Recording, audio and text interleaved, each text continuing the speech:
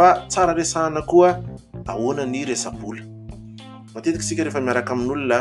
tsy fantatritsika hoe ahoana olona ohatrany ahoana zany ty iarahanao ty mety fantatrao izy tia vola ve izy sa tsy tia vola ve izy. Anjaranao zany ny mahafantatra an'izany, resahanao anazy hoe ahoana ny andoavantsika amin'ny fakturantsika. Ianao ve handray anjara amin'ny fakturantsika sao dia ohatra hoe ilay vehivavy hoe za tsy miasa zany fa ianao miasa dia ianao mandoa faktura rehetra fa za manao shopping fotsiny. Dia anjaranao misafidy raha manaiky an'izay ianao raha tsy manaiky an'izay moa zany ianao dia mila resahana zany, mila resahana hoe ahoana ny fandoavantsika amin'ny fakturantsika, ny jirama,